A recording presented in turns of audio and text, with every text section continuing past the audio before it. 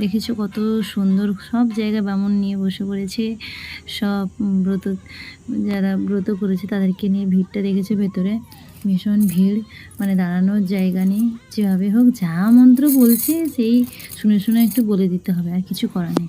আমি আলটিমেট বাড়িতেই ভালো করে পুজো করে এসেছিলাম, ভক্তি ভরেই পুজো করলেই তুমি যদি বাড়িতেও পুজো করো সেটাও পুজো, তুমি মন্দিরে এসে পুজো করো সেটাও পুজো, ভক্তি ভরে। এবার কালার করেছে, রং করেছে, কি সুন্দর লাগছে, মনের লুকটা দেখো, দারুণ লাগছে। হর হর মহাদেব। এবার দেখো কত সুন্দর লাগছে মন্দিরটা, দারুণ লাগছে। এক্ষণ থেকে আমি ভিডিওটা তুললাম, মেন মন্দিরের ছবিটা কত সুন্দর। শিব মন্দিরে পুজো দিয়ে এবার আমি শ্মশানকালী মন্দিরে চলে এসেছি বন্ধুরা। শিব মন্দির পুজো কমপ্লিট করে ভিড়ের মধ্যে কাকে মোবাইল ধরবে, কে আমার মোবাইল নিয়ে যদি পালিয়ে যায়, ওই জন্য ভয়ে আমি কাউকে বলিনি যে আমরা ছবি তুলে দাও, নিজেই যতটা পেরেছি ভিডিও করেছি। এবার দেখো মা শ্মশানকালীকে কি সুন্দর লাগছে, অপরূপ লাগছে মা। এবার বাড়ি যাবো, জানো তো খুব রোদ উঠে। ফাইনালি বন্ধুরা আমি পৌঁছে গেছি, এরপর খাওয়া দাওয়া করবো, আজ একটু বসবো, ড্রেসটা চেঞ্জ করবো, জল খাবো, তারপরে নারকেল কুড়িয়ে সাবু ভিজে তারপর খাবো। পঞ্চামৃত খেয়ে নিয়েছি, এই দিদাকে বলছি বুঁটিটা দিলে আমি নারকেলটা কুড়িয়ে নিব। তো চলো সঙ্গে থাকো, কী খাই তোমাদের সঙ্গে অবশ্যই শেয়ার করব। দেখো বন্ধুরা, খেজুর কুল ছাড়িয়ে নিয়েছি, এটা সাগু ভিজিয়েছি, এটা কলা ছাড়িয়ে নিয়েছি, এদিকে দেখো নারকেল কোড়াটা, এই যে কালো কালো দেখছো না, নারকেলে যে লেগে থাকে না নারকেলের পেছনটাতে, সেইগুলো চলে এসছে অনেকটা ঘুরিয়ে, কিন্তু ভেতরে দেখো সাদা সাদা আছে, ঠিক আছে। তো এরপরে আমি দেবো কিশমিশ, কিশমিশ আর দেবো না, ভালো লাগছে না। গুঁড়ো দুধ নিয়ে চলে এসেছি, এবার একটু অল্প চিনি দেবো, কারণ এগুলো সবই মিষ্টি উপকরণ।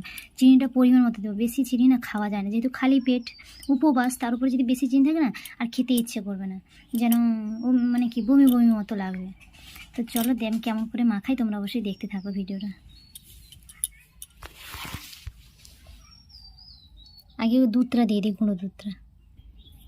দেখো দুধটা ঢেলে নিয়েছি, চিনি অল্প করে উপর থেকে ছড়িয়ে দিয়েছি, আর কলাটা এগুলো ম্যাশ করব।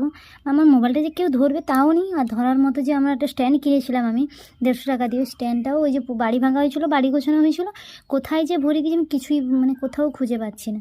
তো চলো এটা মাখিয়ে নিই আমি আগে।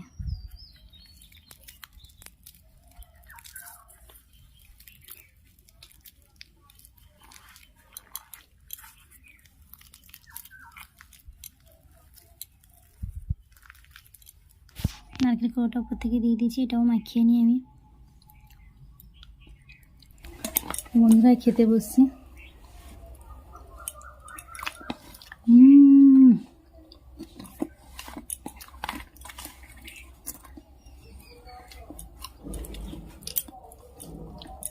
তোমরা কিন্তু অবশ্যই গুঁড়ো দুধ দিয়ে একবার ট্রাই করবে, খেয়ে কিন্তু কমেন্টে অবশ্যই জানাবে কেমন হয়েছে, তোমাদেরটা কেমন খেতে হয়েছে।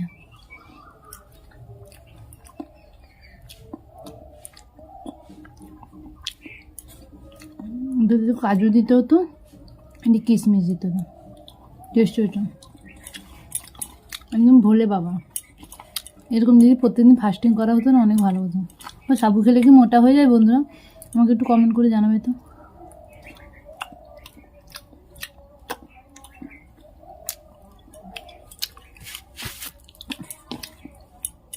তো বন্ধুরা, আমার এরকম সুন্দর সুন্দর মিষ্টি মিষ্টি ব্লগ পেতে অবশ্যই আমার চ্যানেলটি ঝটপট করে সাবস্ক্রাইব করে রাখো, এবং ভালো ভালো মিষ্টি মিষ্টি কমেন্ট করো তোমরা।